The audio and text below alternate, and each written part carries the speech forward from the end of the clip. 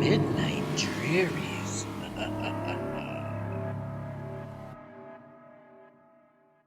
In the peaceful town of Willow Creek, nestled between rolling hills and swaying trees, Barbie and Ken lived what seemed like the perfect suburban life. Their charming house in all soft pinks, adorned with a white picket fence and a well-manicured lawn, mirrored the idyllic surroundings. Neighbors often admired the couple, a picture of domestic bliss. It all began with the little things. Barbie noticed that she struggled to tie her shoelaces, a task she had performed effortlessly for years. Ken, a once meticulous handyman, fumbled with simple repairs around the house. It was as if the routines of their lives were slowly slipping away, replaced by an unsettling clumsiness. Initially, they dismissed these incidents as mere quirks, attributing them to stress or fatigue. Yet, as days turned into weeks, the challenges multiplied. Conversations became disjointed, filled with pauses and forgotten words. Household chores turned into Herculean tasks. The couple, once the epitome of suburban efficiency, now found themselves grappling with the most mundane activities. Barbie and Ken's confusion deepened as they observed their neighbors. The couple next door, the Johnsons, waved and exchanged pleasantries without a hint of concern. The Hendersons across the street walked their dog, oblivious to the bizarre behavior unfolding just a few houses away. It was as if the world had shifted, and Barbie and Ken were the only ones caught in its strange currents. One evening, as they sat on their porch, trying to enjoy the sunset, Barbie turned to Ken with a worried expression. "Ken, something isn't right. Have you noticed how everyone else acts like everything's normal? But we're struggling with the simplest things."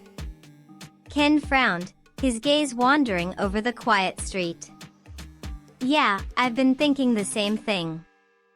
It's like we're in some parallel universe where everyone's blind to our struggles." They decided to seek answers, starting with their closest friends, the Martins. However, they were no more helpful than the other neighbors.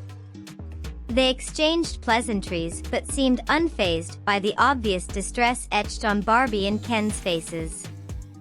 The more they probed, the more the couple realized that their condition was invisible to everyone else. Determined to unravel the mystery, Barbie and Ken delved into their memories, hoping to pinpoint the moment when their lives took a sinister turn. But the more they reflected, the hazier their recollections became. The memories, once vivid and detailed, now resembled fragmented images, slipping through their grasp like sand. One afternoon, while ransacking their attic for clues, Barbie stumbled upon an old family photo album. As they flipped through the pages, memories flickered before their eyes, birthdays, vacations, moments of joy. Yet, a disconcerting pattern emerged. In the more recent pictures, their smiles seemed strained, their eyes vacant.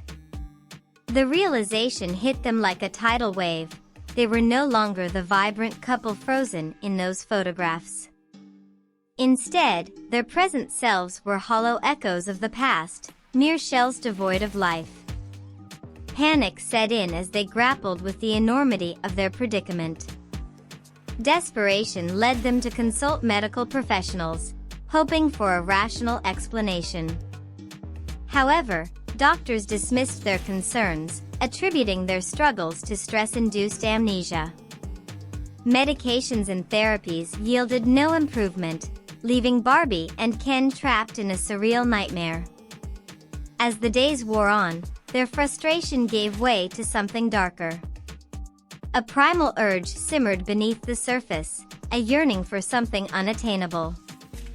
Their once timid attempts to fit into the suburban routine transformed into frenzied outbursts. The couple, now resembling primal beasts, tore through their home like a hurricane of chaos. The neighbors, steadfast in their ignorance, continued their daily routines, seemingly immune to the pandemonium that unfolded next door. The facade of suburban normalcy had masked a deeper truth, an unspoken pact to ignore the abnormalities that threatened to disrupt their carefully constructed reality. Barbie and Ken's descent into primal madness reached its peak one fateful night, realizing what they had become. They were the undead. The moon hung low in the sky as the couple, now unrecognizable in their grotesque transformation, roamed the streets of Willow Creek. Their primal instincts had taken hold, tearing through the thin veneer of humanity that clung to them. The once quiet town erupted into chaos as Barbie and Ken, now consumed by an insatiable hunger, unleashed their newfound savagery. The neighbors, finally jolted from their blissful ignorance, watched in horror as the couple ran amok, leaving destruction in their wake. It was a night of terror, the tranquility of Willow Creek shattered by the monstrous rampage of two former residents turned into something otherworldly. The town that once prided itself on its peaceful existence now bore witness to a macabre spectacle, a manifestation of the darkness that lay still beneath the surface of suburban normalcy. As dawn broke, revealing the aftermath of the night's horrors, the once picturesque town of Willow Creek lay in ruins. The once ignorant neighbors emerged from their homes, faces pale and eyes haunted by the nightmare they had witnessed. Barbie and Ken, their frenzied rampage extinguished, lay lifeless amid the wreckage, their bodies stretched past their physical limits.